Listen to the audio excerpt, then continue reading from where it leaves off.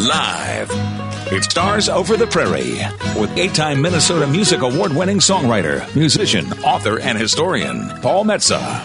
Check out previous show podcasts at KDAL610.com. Now, here's Paul Metsa. Good morning, ladies and gentlemen. It is a little chilly out there today. -4 on my car thermometer when I was driving in, but that wind chill, it's like 20, 25 below. So if you're in the Northland, man, bundle up. We've got a great show today here on Stars Over the Prairie. People ask me, what do we do on Stars Over the Prairie? We interview stars, people that used to be stars, people that want to be stars, people that just like to crack a cold one at night and go out and look at the stars. But we got 3 great guests on. We've got Ben Carlsgaard, who's going to tell us the update of what's going on with his group, SaveTheBoundaryWaters.org. Then we're going to be talking with Willie Speltz. Willie's dad was an old friend of mine, and from my hometown of Virginia, Minnesota. Willie has is the principal of Rockridge High School, which is the high school they built a couple of years ago, combining Eveleth, Virginia, and Gilbert. And there's a great event going on. The Native American Hockey Nights. One already happened. He's going to talk about the one coming up on Friday, January 13th, where there will be 2 men that will be broadcasting the show in the original Ojibwe language. Nothing cooler than that. Our third guest today, we are going deep on the Iron Range. We've got a great writer who I've been reading for years. I've got to know him a little bit. He's an educator out of Hibbing, Minnesota. He writes, has been writing for years, has a great website, used to have a radio show, but he writes occasionally columns for the Minnesota Star Tribune and Community Voices. That is Aaron Brown, and we are going to be talking about the mining strike in 1916 and the parallels today with what's going on in Minneapolis. And we've got some other events to mention. Chris Allen, my longtime wingman, has a thing going tonight at the Sacred Heart Music Center. Tell us about that, Chris. Well, you know, from time to time, they do these Duluth Does, and they pick an artist, and all the Duluth artists cover these songs by these artists. And tonight is Duluth Does The Pretenders. So it should be very interesting. The thing that I like about the Duluth Does stuff is a lot of times these artists team up with each other. Yeah. And so you get a really nice mix of the Duluth scene, the music scene, and everything. And not only that, but you can kind of pick out, like, wow, he's a really good guitar player. He's played for 4 of the artists already. I've got to get his number. Exactly. But it's great to go watch. I'll be hosting the event tonight, and they've got, I believe, about 16 to 20 artists so far, and some have bowed out because of the cold. But it's going to be a great night, and you'll be able to watch it later, but we hope to get everybody down there because this is a fundraiser for Sacred Heart Music Center. And they've been putting on great shows for years. You know, Chrissy Hindi, I haven't heard the song, but she invited one of our first guests on the show, the great Alan Sparhawk, to record a song with her this fall. We've got to track that down. In personal... Get her number. I think she's still single. I'd love to. I've got a big show coming up a week from today. First of all, on the radio show, we're going to have Charlie Parr on for the whole show. And then I'm trucking over to the Alhambra Lounge, 301 North Central Avenue. I will be having my official album release for my new record, Songs of Resistance and Resolve, which is a 14-song compilation of my socially conscious songs I've written between 1984 and 2025. Of course, that last song I recorded was with, again, the great Al Sparhawk, a song I wrote called No Kings, No Crown. I will be joined by my singers, the Tilttown Titanettes. That's Macy, Orr, and Oliver Jane. They've been singing with me for almost a year. They sing like angels, and they will be joining me now. It's from 2 to 4 at the Alhambra Lounge, which is right next to the West Theater There is no cover, but we are encouraging folks to bring non-perishable food items for the Union Gospel Mission, which has been serving people in need in the Twin Ports since 1922. You know, I want to give a little pointer for that, too. You know, a lot of people think, boxed dinners are a great idea. Think of these people have very minimal things in order to prepare the meal. So if you get macaroni and cheese, for an instance, they got to have butter, they got to have milk, and sometimes they don't have those things. So when you're getting these non-perishable food items, try and think of something that can be prepared right away, right from the box or right from the can. It's a great idea, Chris Allen. Say we've got, I grew up, just a short drive away from the Boundary Waters. And I've been able to camp there when I was younger over the years, and it is one of the treasures of the entire world. And our friends at SaveTheBoundaryWaters.org are doing great work on behalf of trying to stop copper mining and the rest from encroaching on that beautiful waterway. We have one of the prime members. He's taken time out of a meeting today with SaveTheGuthrie.org to tell us about their event coming up on January 27th at Duluth Cider from 5 to 7 p.m. And tell us more about their fight. There was a big vote in D.C. recently about that.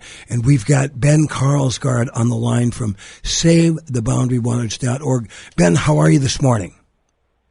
Paul, I'm doing well. How are you? Good, man. Chris, turn me up in my headphones a little bit. Sure. So what you guys are having a strategy session that you were able to get out of. What are you talking about today? Well, like you just said, there was a big vote in D.C. Representative Stauber from this area introduced some legislation to overturn a mining ban. So that's really what we've been focusing on lately. Tell the people out there that don't know how dangerous this copper sulfide mining can be to the water basins of the Boundary Waters and more. Yeah, absolutely. So the EPA calls copper mining the most toxic industry in the world. It's never been done in Minnesota before, and every single time it's been done worldwide, there's been spills that pollute water. It spreads through water, so anywhere water flows, that copper pollution will be. It's super toxic. It creates acid mine drainage, which pollutes and kills all sorts of native species. It also increases mercury in any water that it's in. So any fisherman knows you're not supposed to eat fish that live in water with high mercury levels. Well, if there was a spill at this copper mine on Burke Lake, mercury levels would skyrocket, and since that's in the watershed of the Boundary Waters, that pollution would flow right through the Boundary Waters. Tell us about the company. Are they based in Chile that are behind the copper sulfide mines? Yeah, so the company is called Twin Metals Minnesota. It's a subsidiary. It's owned by Antofagasta, which is a Chilean mining company. They're owned by a family in Chile, a billionaire family who has operated copper mines around the world that, like I said, have always polluted. They've never been able to be done safely. Before I forget, I want to mention it a couple times. You guys are, I've been part of some of these events over the years. At one that the great Becky Rahm spoke at in White Bear Lake about 12 years ago. And I've been, of course, as an Iron Ranger, been keeping track of the issue. The Metsa family cabin is on Lake Vermilion. And we've had that cabin since 1928, so I am well aware of how beauty the water and the lakes are. But if people would like to donate, because you are all individual, basically volunteers, where can they send some money to? Yeah, well, so that's a great question. The best place is on our website. Like you said earlier, SaveTheBoundaryWaters.org. There's a button on right there that says donate, and you can set that up. You can also call our Ely office. Then they can set you up there. That phone number is on our website as well. And you have an event coming up at Duluth Cider, which is in my Lincoln Park neighborhood. Tell us about that. Yeah, so that's our, it's our annual kind of supporter get-together. It's on January 29th from 5 to 7 at Duluth Cider. So we'll be gathering community members from around Duluth to talk about, what's going on, give an update about, what's happening at the national and state levels, as well as we're going to have some Boundary Waters trivia, so adding a little bit of fun in there too. Well, I'm excited. I will be there. Tell us a little bit about, Ben, when did you get involved with SaveTheBoundaryWaters.org? Yeah, so I started about 2 years ago, almost 2 years now in May. I started as an intern. I worked in the Ely office. And then as a student, I went to UMD, and so I stayed on part-time during my studies. I actually just finished up in December, so now I'm a full-time staff. Good for you, Ben. And what, besides sending money, what else can people do to support keeping the boundary waters safe and clean? Yeah, that's another great question. So this bill that Representative Stauber introduced about 2 weeks ago now is it passed the House, and so it's heading to the Senate. So the big action item that people can do is to call their senators, urging our senators to really be strong in their opposition to this resolution. We don't have a bill number for that yet, but once that's available, it'll be on our website. Ben, thank you so much. Give my regards to everybody you're working with. I look forward to meeting you in person. Once again, that's SaveTheBoundaryWaters.org. Trivia night at Duluth Cider from 5 to 7 p.m. Tuesday, January 29th. Duluth Cider is located at 2307 West Superior Street, just a stone's throw from my backyard. Ben, have a great day. Stay warm and stay safe. Thanks, Paul. You too. All right. That's something that is near and dear to my heart. Do we got to hear from some people that keep us on the air? I'm Lucas, and I had Z-LASIK at Weiss Eye Center. Went great. Little to no pain yesterday. Surgery went great. Everything else. Went home, took a nap, woke up, and haven't really had any pain since. Everybody was super nice and talked you through every step of the way, and I barely had to ask any questions because they knew what to say. They filled it all in. For me, it'll just be snowmobiling's my big one. I try to do a lot of riding in the winter. I farm in the summer, so this year was a big difference where a couple of times I had to borrow somebody's helmet, so I put my glasses on and ride because just the weather conditions, everything else, out there riding blind. So I'm really excited for that. It's well worth the money, and it's going to change my life for a long time, I'll tell you that. Weiss Eye Center is the only clinic to offer blade-free Z-LASIK in the Northland. To find out more and to arrange your free consultation, call 218-625-1917 today or visit weisseyecenter.com for more information. Weiss Eye Center. See the best. Hey, this is Charlie Parr. You are listening to Stars Over the Prairie radio show with Paul Metsa on KDAL 610 AM or 103.9 on your FM dial. And now, also, we're broadcasting all over the Iron Range out of a station in Hibbing, KDAH, 650 AM. We're going all the way up to southern Canada. And I want to say hello to all my Iron Range friends. I spent 21 years of my life on the Iron Range and proud of it. And I'm also proud of Charlie Parr. We've got Charlie on the show all week next week on Stars Over the Prairie. Charlie was one of our first guests when we started almost 2 years ago on St. Urho's Day 2024. And we're going to be talking with Charlie for the whole hour and listening to some of his music. So stay tuned. We like to keep people abreast of what's going on in the Twin Ports and up through the Iron Range, southern Canada.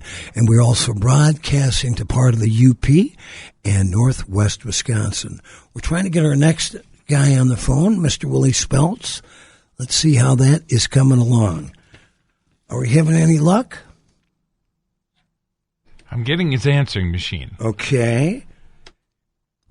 Well, let's call Aaron Brown. Aaron's got a lot to say. He's a columnist, historian, and educator. we were going to be talking about to Willie about the Native American Heritage Hockey Nights, a big game coming up at the Iron Trail Event Center in my hometown of Virginia, Minnesota, when the Wolverines girls varsity, that happened on the 20th, the Wolverines, Rockridge Wolverines boys hockey team is going to be going against Grand Rapids on Friday, January 30th, and you will be able to listen to it in broadcast in Ojibwe. So we'll give you a little more info on that. I believe it will be on a station out of Net Lake. We'll find that out before the end of the show. But we've got our next guest on, and a man whose writing I really enjoy, Mr. Aaron Brown. He's an educator and writer, journalist. He's working on a book, I think, about one of the original mayors of Hibbing, and we're going to be talking about all things Iron Range. He is kind of the spiritual and journalistic descendant of the great Jim Klobuchar, who wrote for the Minneapolis Star Tribune for years and years and years. From Ely, Minnesota, of course, his daughter is our Senator, Amy Klobuchar. But we've got Aaron Brown on. We're going to talk a little bit about the 1916 miners' strike, and if we get a little time, we'll talk a little bit Bobby Dillon, because he knows a little bit about that man too. Aaron Brown, how are you this morning? I am well, Paul. Thanks for having me on. Thanks for being on. Of course, we've all been watching both the tragedy and the murder of that took place in Minneapolis next week with Renee Good. Looks like there was another shooting last night in Minneapolis, right in my old neighborhood at 26th and Nicollet. But there's there was an event that you wrote about in one of your great pieces for the Minnesota Star Tribune about the mining strike in 1916 on the Iron Range. Tell us about that. Great. Well, the industrial workers of the world went on strike in 1916. It was the largest strike in Iron Range history. As many as 10,000 miners were swept up in it in some fashion, and it like many of the early strikes, it was not officially successful, but it was. I think you can look back at history and say it was a turning point in how the mines and workers dealt with each other. And you can look at the list of things that the miners wanted back then and see progressively as they got those things leading up to the actual unionization of the mines in the 1940s with the modern United Steelworkers. So it was a major event in range history and labor history, and I only noted the point of the piece that I wrote was like today, and though what's happening in Minnesota is not a labor issue, it's a civil rights and a constitutional issue, though they are different things, one thing struck me as being very similar, and that is the dueling narratives, the two stories of explaining what's happening and who's to blame for everything that's happening. That's one of the more disturbing things that I noticed after the shooting of Renee Good, the mother who was driving the car that encountered the ICE officers and was shot as she attempted to drive away. Was the nature of the story immediately afterward and how that really persists to this day. In fact, everything that happens in the news is confronted with an alternate reality that is shared on other sources.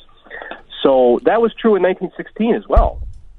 And that's the part that I think a lot of people might not realize is this big event in history that we can look back on and mark as a turning point, and a turning point for the better, was in fact probably in terms of popularity, it was well below 50% in support for the strike among even on the Iron Range, and certainly statewide. It was widely seen as a civil disobedience. It was widely seen as frothed up by foreign agitators and out of town people coming in to create problems, which is really the narrative that you hear a lot nowadays.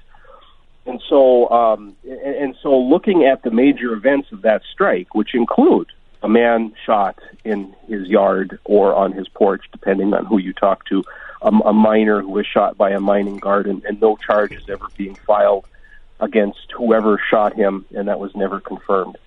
And then a raid on a boarding house where miners lived that went sideways, and an officer was killed and a bystander was killed. And not only were the miners in the boarding house arrested, but so were all the strike leaders, including some that had been in Itasca County, which is 100 miles away from Bilotic, where this boarding house was, were swept up as part of a political retribution for the existence of the strike.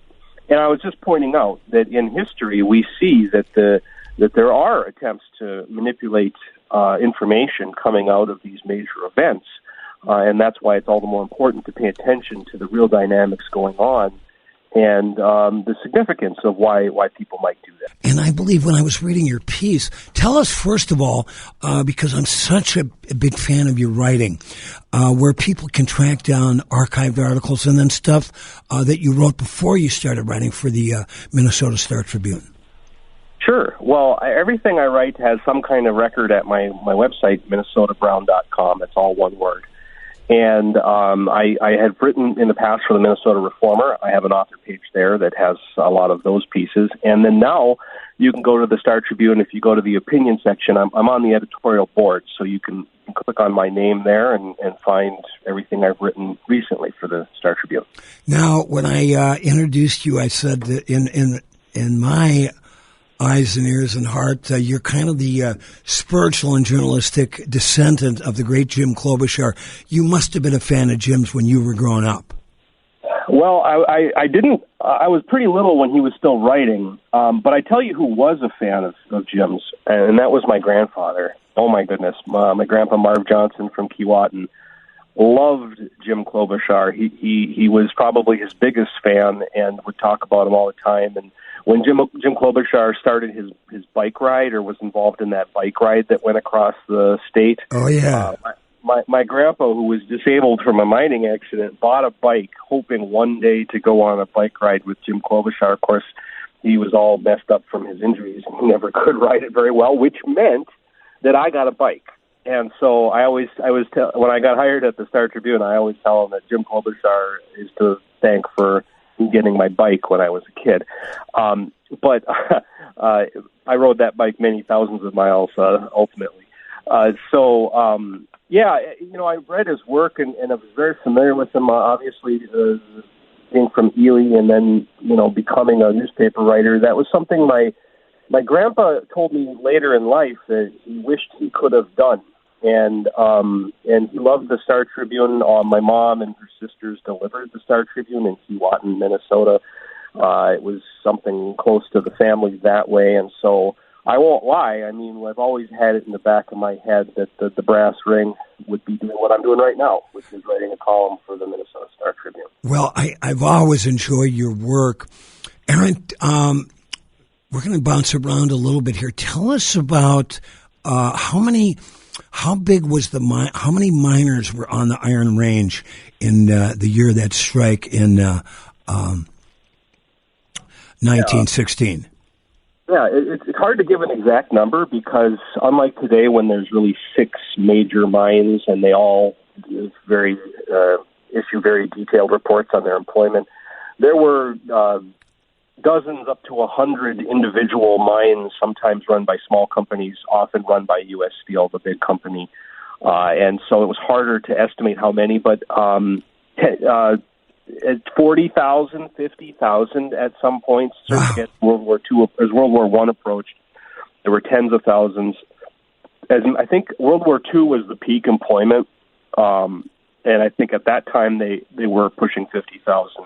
But many, many thousands of miners moving the same amount of ore that we move today. The difference is instead of 240 ton and larger trucks and massive shovels loading them up in a few scoops, you had much smaller trucks, men with picks and shovels helping to load trams that load trucks that load train cars.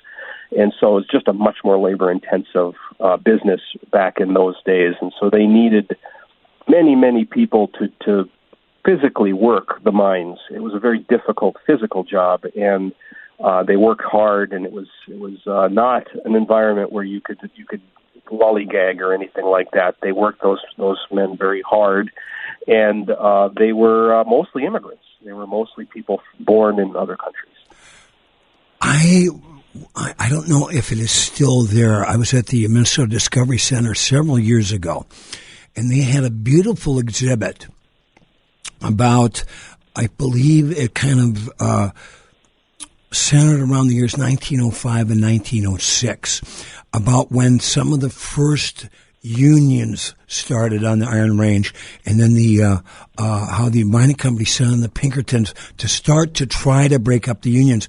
But it was really amazing, Aaron Brown. I remember they had dozens, maybe over 100 of miners in that 2-year period that died from mining accidents, suffocation, poisoning by gas, run over by horses, fallen trees, and more, to talk about how dangerous the mining conditions were and why there needed to be unions formed to protect the workers. Can you speak to that? Yeah. That's probably the most striking thing as a person who went back in time and read every single daily newspaper for many, many years of this period, was the sheer commonality of death in the mines, accidents.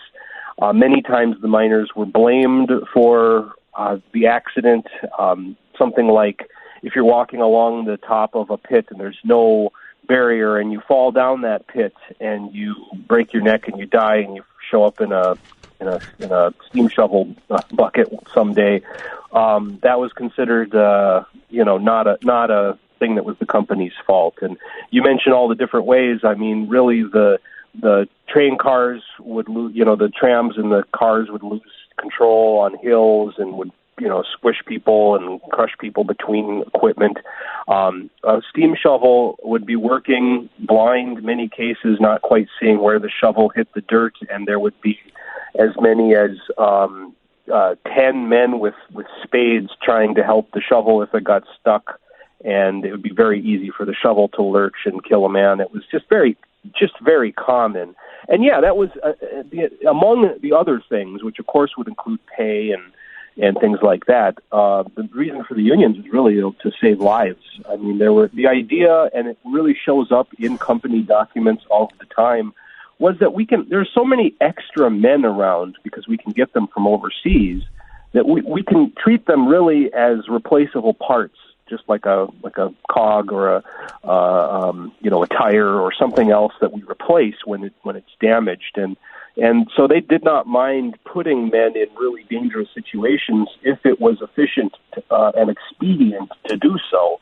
So there wasn't, they'd save time by not having to build out extra safety in the underground mines. They'd avoid, the slowdown that might be involved in helping a stuck shovel in the pit, because they could just send someone in there and jab at it until that shovel came loose. It was to save money, and the miners, of course, rose up and said, our lives are worth something, and we demand better procedures. And of course, now today, you just look at today and say, oh my goodness, how much improved it is, and how many people work in the mines with an entire career and are never hurt. And that the idea back then was if you made it 5 years, you should probably get out, because your odds, most people didn't make it that long. Well, I was amazed. My great-grandfather, John Metsa, came from Ilatornio, Finland, in around 1890, and set up shop in northern Minnesota. And he worked in the underground mine in Tower Sedan. In fact, he and several of his children are buried in the Tower Cemetery. It's one place I've never been to, because I'm not sure if I want to go 2 miles underground. But tell us, have you been there? Have you been at the underground mine, Aaron? I have. Yeah, I have. I've been in the Sedan underground mine, and it is Listen, if you don't like enclosed spaces, and if you don't like the idea of being a mile underground, skeeves you out in any way, I would recommend staying up top. But it is, if you can handle those things, a striking thing to see with your own eyes, because there's a point in the tour where they usually take you into one of the areas where the men worked, which is, some distance from where the lift comes down. And so you go to that place and they turn out the lights, and you have to imagine having a candle on your helmet and that being the only light, and that being where you spend 10 to 12 hours of a day. What would happen if that candle went out? Well, good question. They would have to bring a spare. Then the men had to buy their own candles and their own blasting powder and caps, and they had to buy their own picks and shovels, which is another aspect of that 1916 strike, is the idea that men were treated essentially as independent contractors. They would have to buy all this stuff, and if they weren't mining any ore, if they were attached to a part of the mine that wasn't producing that day, they didn't get paid, because you were only paid for the ore you mined, not the hours you worked. Wow. And so those are some of the conditions. And so, to go down there and imagine and know that, if you worked to the point of exhaustion, not just being tired, but exhaustion, you made a couple dimes more than if you worked at a normal rate, and that those dimes were literally how you might buy the kids' shoes that year. You really start to think about what these people did for their families and for the future generations of people who live here, by really putting themselves in the most dangerous job, more dangerous than just about any job we can imagine today. Wow, I so love talking with you, Aaron Brown. We're going to play a little bit of one of my songs called 59 Coal Mines, and we're going to be back with Aaron. I want to talk. He's got a few things. He did a presentation on Bobby Dylan a few months back, and I want to get a little bit of info on that. So we'll be back with Aaron Brown, and we're trying to get a hold of the elusive Willie Speltz to talk about the upcoming Native American hockey games coming up. He left high school. Got a hard hat and a lunch bill like his daddy did do. Did not need no degree to buy a piece of the rock. At $9 an hour and company stock. 59 coal mines, 58 are shut down. What will be left when the new world's around? But a wind that won't blow and holes in the ground. 59 coal mines, 58 are shut down. Lucky's too old to leave home to Port to lay low. Got one good leg to stand on and his lungs full of coal. Ma says when you go looking lucky, take off your hat. Because old Lucky knows finding work is harder than that. Which reminds me, I'm going to be playing that song and more at my Songs of Resistance and Resolve album release party a week from today from 2 to 4 at the Alhambra Lounge next to the West Theater, 301 North Central Avenue with the Tiltown Titanettes. It's going to be a no-cover show, but we are encouraging people, instead of paying a cover, to come and bring non-perishable food items for the Union Gospel Mission that's been serving people in need in the Twin Ports since 1922. Aaron Brown, I'm so enjoying this conversation. Tell us a little bit about that Dylan presentation that you provided to folks, a couple of months ago. Yeah, it was last summer at the Northern Lights Music Festival. They do a week of activities, and I gave a lecture. I usually give a lecture each summer for them, and this one was about really the music that influenced the range and influenced Bob Dylan. And I might have disappointed a couple people because only the very end of it was about Bob Dylan, but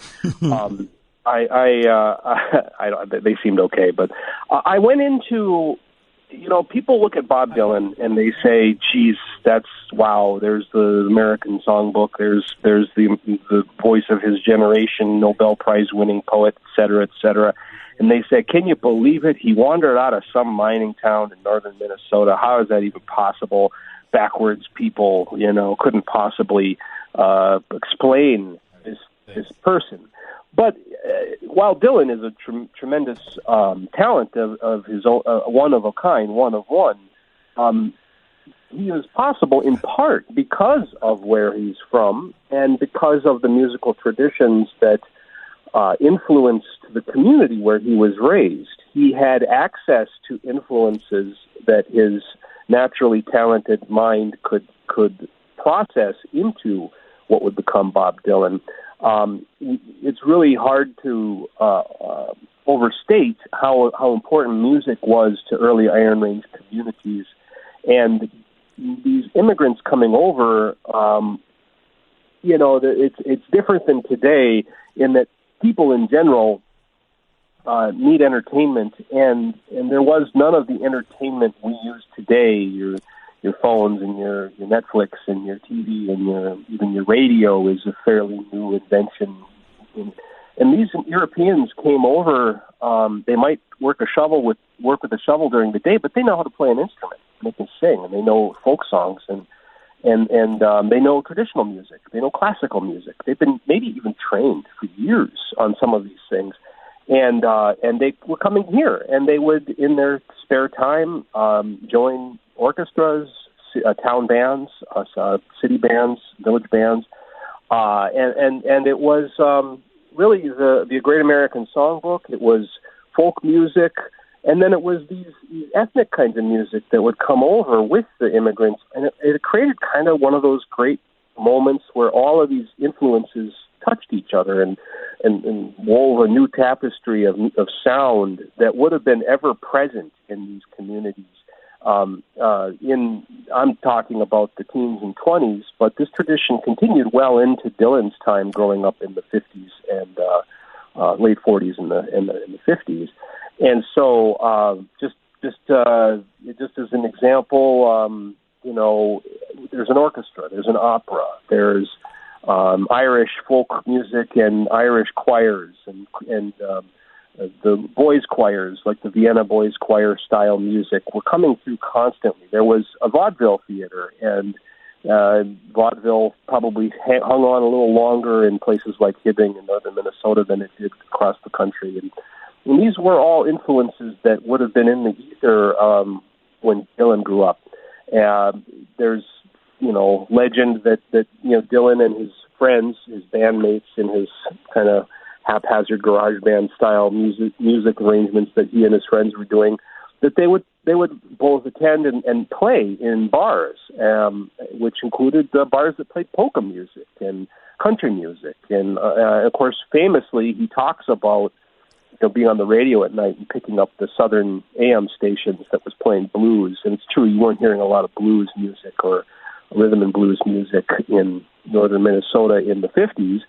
But you have to look at Dylan today and realize that wasn't his only influence. He's singing country. He's singing Frank Sinatra in more recent years. So he really did absorb so many genres of music because of where he grew up, and that was a big part of what made Bob Dylan, what he would become in the totality of his career. We are going to have you on in person if you ever get down to Duluth to our station. We are only 237 somersaults down the hill from Bob Dylan's childhood home and a stone's throw away from Bob Dylan's way. So we will have Aaron Brown on.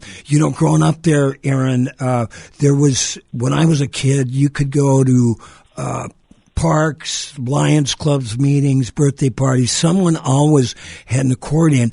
And if you listen to Bob Dylan's discography and a tune that I would highly recommend, one of my favorites, Under the Red Sky, by the album of the same name, you will hear a lot of accordions in Bob Dylan's music to this day.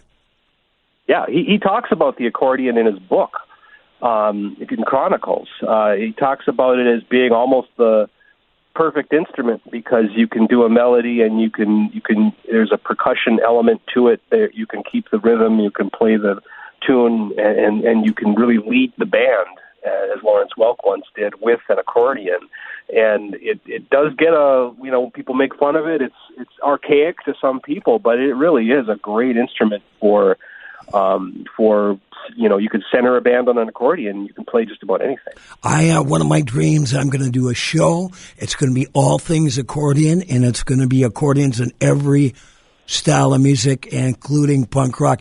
Aaron Brown, we're going to let you go. Thanks so much for your time.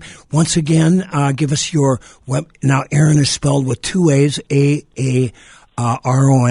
So give us your website one more time so people can check out your great work.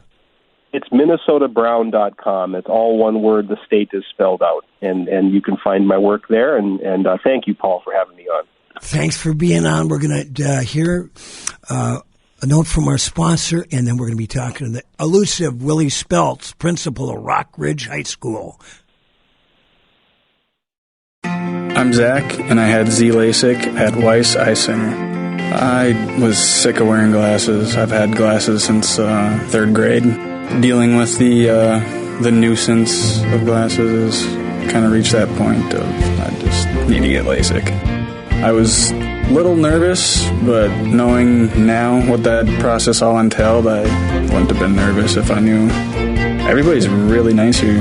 Not a bad thing to say about anybody. Everybody's happy, and everybody here's nice. And I mean, it's day one post-op, and I mean, it's crazy. It's crazy. Weiss Eye Center is the only clinic to offer blade-free Z-LASIK in the Northland.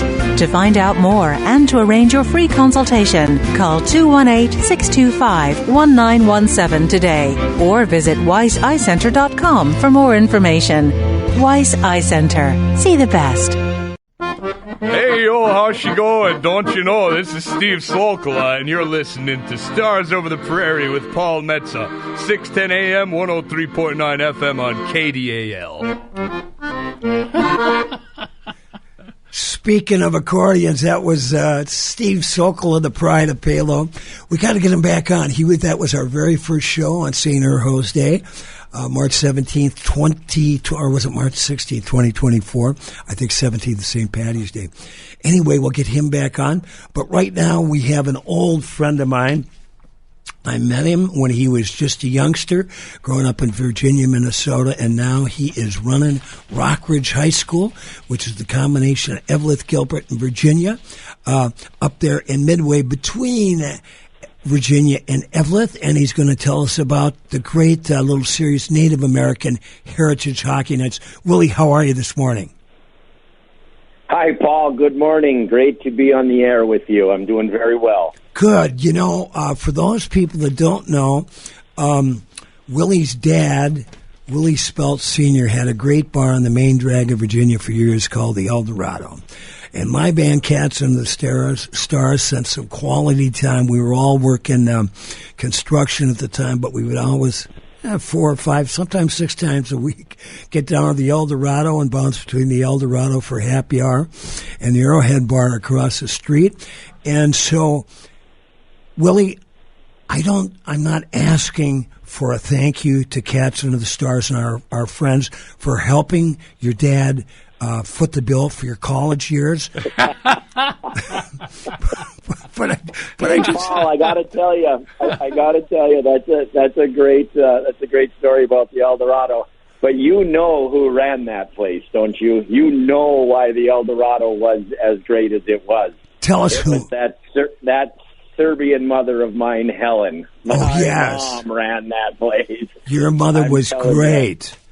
Yeah, she is. She was there every morning doing everything, so I always tease her. People always say my dad, who did a great job at his stuff at night, but when she was there at about 7 in the morning through about noon, she was running that joint. So Helen was doing the heavy lifting, no doubt about it. Yeah. You know, behind every great man, there's it.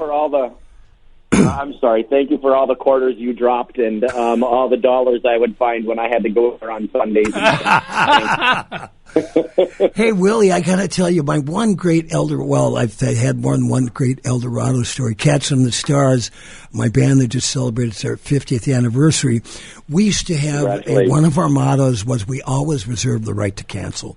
So there was more than once we would be hanging out. We'd get at the Eldo after work about 5:30 or 6. We had our gig was usually at 9 o'clock. Come about 7:30, we'd look around and go, who's going to make the call? Because we ain't making the gig tonight. But I remember one time I was sitting there. It was on lunch hour. I was going to Mesabi State Junior College. A lot of people don't remember what a junior college was. I'll describe it to you quickly. It was high school with ashtrays. But we would go on lunch hour.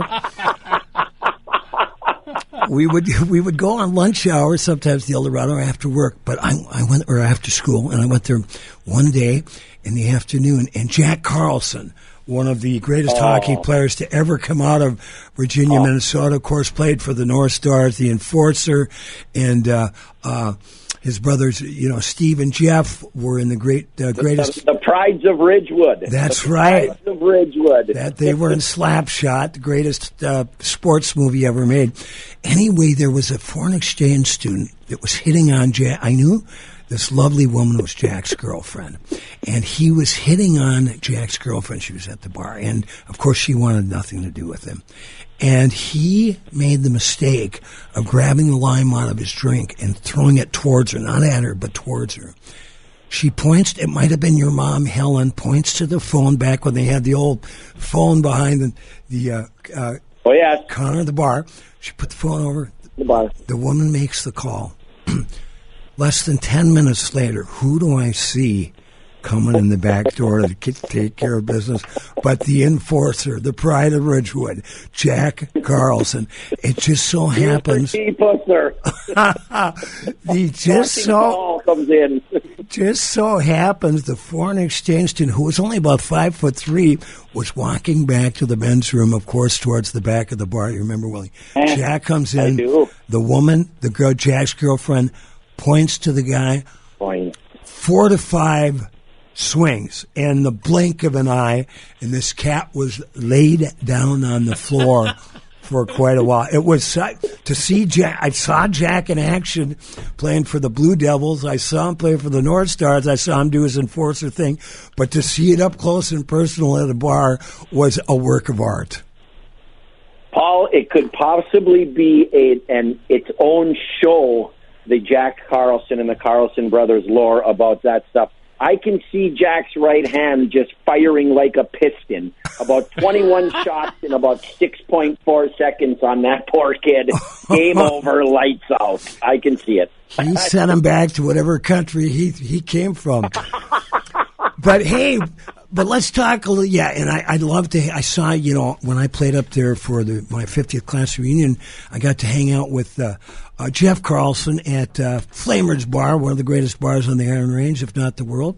Yes. But tell us about what's going on with Native American Heritage Hockey Nights. This sounds fantastic. Yeah, thanks, Paul. That's wonderful. First of all, I can't take credit for being the principal of Rock Ridge High School. I am the director of school-to-work engagement and the fundraising coordinator. I don't want people to think that I'm the principal, because that's the toughest job on the planet, and our guys doing a good job, as do all principals in the state do a good job. So oftentimes I end up, because I've lived here for a million years, and because of people knowing me from my parents having the bar, and then the next generation of bar being Willie's in the 80s. So people remember me, whether you are from Eveleth, Gilbert, or Virginia. And people will reach out and contact me. And this one, they just reached out and said, hey, Willie, the Minnesota Wild, and they all know I'm a hockey guy, the self-proclaimed hockey guy, trust me. They said the Minnesota Wild just had that Ojibwe broadcasted game. Why don't we do it up here? And Paul Gregerson, he's the one who reached out to me and said, I think we need to do that up here. He's the director of Chair in downtown Virginia, and he just kept working at it and going at it, and we have an awesome Indian education program at Rock Ridge High School. Even throughout our whole district, we have a program that has great support, and they all got together and kept talking. And Mike Snee from the Minnesota Wild, who's got some roots in Duluth, he was very helpful. And what was it, back on the 20th, I think, they announced the girls' hockey game against Cloquet Esco Carleton, which is ironic because there is a lot of Native American culture inside Cloquet Esco Carleton, with Fond du Lac being down there and everything like that. And it just so happens, Paul, you'll remember this, it just so happens that the game when the boys play on the 30th, that is going to be the second Ojibwe announced game ever in the state of Minnesota in a high school game, because we were the first one with the girls' game. But it's against the Grand Rapids Thunderhawks, Paul, otherwise known as, when we were growing up, the Grand Rapids Indians. You got it. So the irony that happened, you know, the divine intervention, the spirits lining up, the whatever you want to say, is pretty cool. And we're really excited. And the pregame show that they had on the ice was the powwow-esque that they had on the ice in all the regala and all their stuff was just awesome. It was incredible. So that's what's happening. We're really proud to be a part of that. We're proud to support and recognize and work with and our Native American cultures, and every culture for that matter, but this one's especially Native American, so it's and the Ojibwe culture. And that's going to be a great night now on the 30th, too. Yeah, and that's Friday, January 30th at the beautiful Iron Trail Event Center. And, well, Willie, this is just a fabulous... Do you have the call letters if people want to listen to the game? I can't see it on my sheet of paper here. Yes, what they'll do is they'll just go to the Rock Ridge YouTube channel. Okay. And it'll either say English or it'll say Ojibwe. So then we'll send it out too, but just get to the Rock Ridge YouTube channel for the Ojibwe version of that game against Grand Rapids on the 30th. Well, say hi to Paul Gregson. Say hi. Is your mom still with us? My mom is, yes. I'll say hi to her. And I wanted to tell you that Luber, Steve Sertich, told me you were talking a lot about Dylan, and he loves Dylan. He said to say hi to Paul this morning. Oh, nice. Well, say hi to all my Iron Range friends up there, and give my best to Willie Sr., of course. Love all you people. All right, that's a beautiful event. God bless Paul Gregson for helping out with that. Willie, have a great day, and stay warm. Thanks for having me on. You too. Peace. Nice. Yeah, that's just really wonderful. Wonderful thing, man. So now you're going to be doing something next week. If you can talk about it really quick. A week from today, January 31st, 2 to 4 p.m., Paul Metsa and the Tiltown Titans, Macy Orr and Oliver Jane will be at the Alhambra Lounge next to the West Theater. My album release for my new record, Songs of Resistance and Resolve, 14 socially conscious songs written between 84 and 2025. New cover, bring non-perishable food items for the Union Gospel Mission. Thanks for listening to the show. Like my dad used to tell me, remember to be kind and make someone happy.